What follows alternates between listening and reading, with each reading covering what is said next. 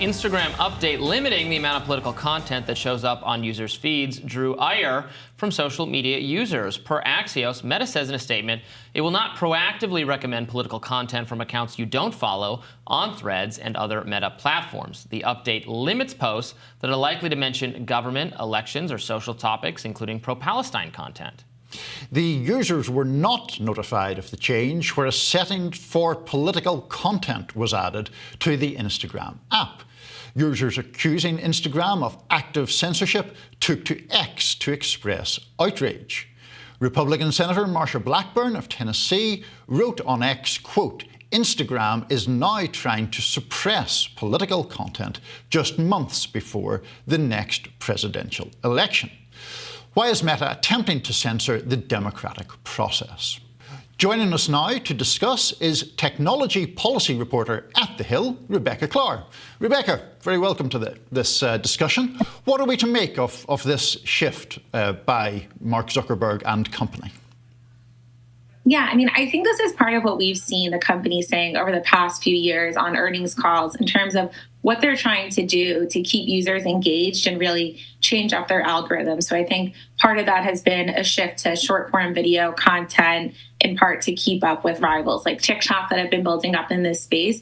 And then, a month ago, we saw them sort of quietly announce this update. And then this week, it seems to have gone into effect in what users are seeing. I think, political content isn't necessarily, the most popular content on Instagram, or I think what the platform is known for. But there has been seemingly this backlash, both from creators as well as some politicians saying that this seems to be an attempt to censor speech. And I think part of that is that there might be a lack of transparency exactly in how Meta is going about implementing this and exactly what they're considering the political content that's being limited.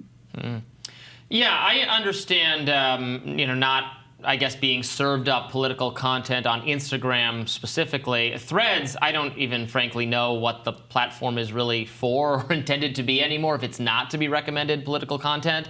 Is not the solution to just give users, more control and transparency over the kind of content they want to see? If you want to be recommended content from people you don't follow, that's fine. You just opt into that. I mean, Twitter has what? Twitter has the For You and the Following tabs right now. I pretty much stay on the Following tab, so I'm only seeing content from accounts I follow. But if I want to see content from accounts that I might be interested, or the algorithm thinks I might be interested, you can click over to the other one. Is that kind of what they're doing here? They just didn't really tell people?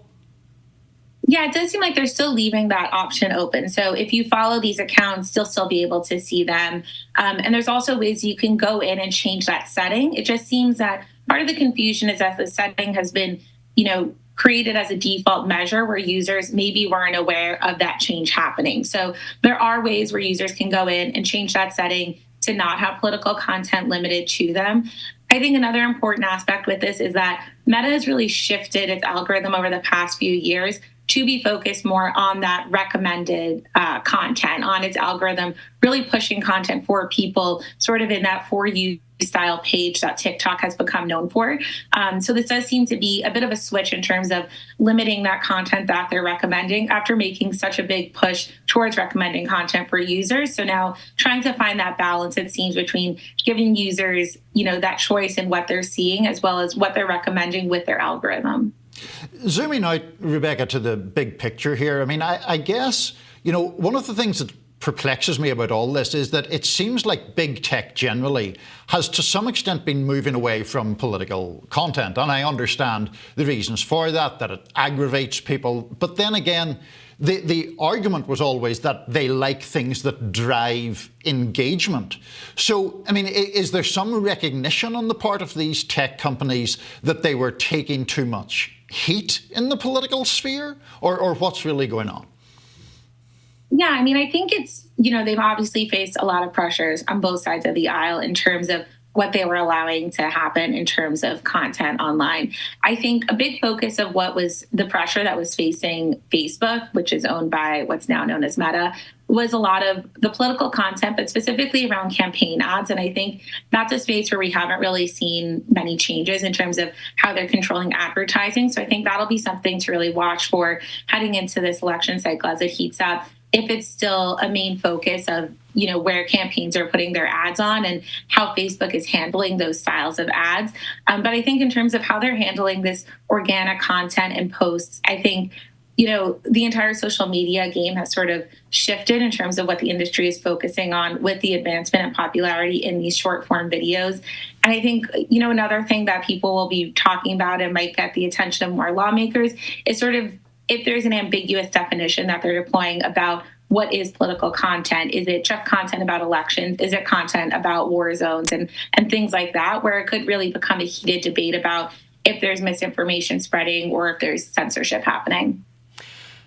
Facebook has obviously moved away from not just political content, but frankly, news content or links that go elsewhere. We've been, as people in the media industry, we've been affected by this. We've seen, it's night and day from the 2010 to 2020 era, where a lot of news content, links to articles would go viral on Facebook, would be shared multiple times by all of your friends, and would drive significant traffic. Mark Zuckerberg, moved very firmly away from that around 2019, 2020.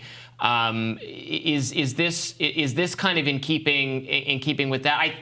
So my question is Zuckerberg still, I guess, figuring out what he wants Facebook and these other platforms to be in the future? Yeah, I think that Facebook is sort of in this unique position where it's faced rising competition and one fact from TikTok specifically in terms of especially young users going there and the rise of video content, which isn't necessarily what Facebook or Instagram were built for to begin with. I think at the same time, it's facing sort of these changes both within the industry as well as pressure from regulations in the US as well as abroad. I think that the changes from Apple, where it asked all apps, including Facebook, if they wanted users to have their data tracked or not, had a big impact on Facebook. And I think that's another thing they're trying to keep up with in terms of how they're changing their app and their services in order to, keep up their business model, which essentially was based around data tracking and being able to target these ads to users. So I think some of these changes are really apparent to sort of the changing ecosystem, both in terms of regulations we're seeing, especially abroad in the EU. They put in a lot of new regulations that Facebook and other dominant tech platforms have had to comply with, as well as some of these changes within the industry from the rise of other social media apps, as well as those changes from companies like Apple, where they have to comply with those to reach users who are using that Apple ecosystem.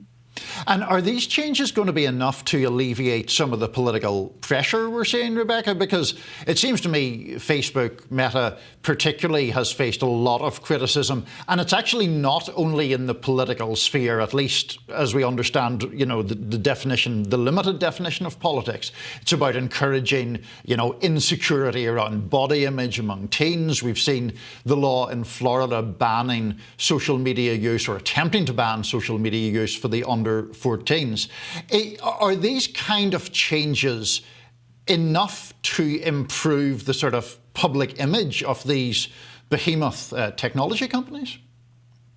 Yeah, I think, like you mentioned, Facebook has faced a lot of pressure on both sides of the aisle on wide-ranging issues, from security to its impact on young users, as well as to its impact on elections and potentially spreading misinformation. I think that we've already seen, like the post from Senator Blackburn, that some of these changes aren't going to be enough to appease, likely either side of the aisle. So I think it's yet to be seen exactly how politicians are going to be reacting to this. But I think when it comes to Facebook, there's a wide range of issues that that lawmakers have raised and put pressure on the company. And often the policy announcements and changes that they make don't necessarily meet those changes. At the same time, I think that a lot of the activists and advocates in this space are looking at lawmakers and saying it's not enough to just put pressure on these companies, but it's also their job to act and add these regulations that would force Facebook and other companies to comply with them and not just leave it up to these companies to, change these policies at their own will. Rebecca, thank you so much for joining us. We really appreciate it. Thank you.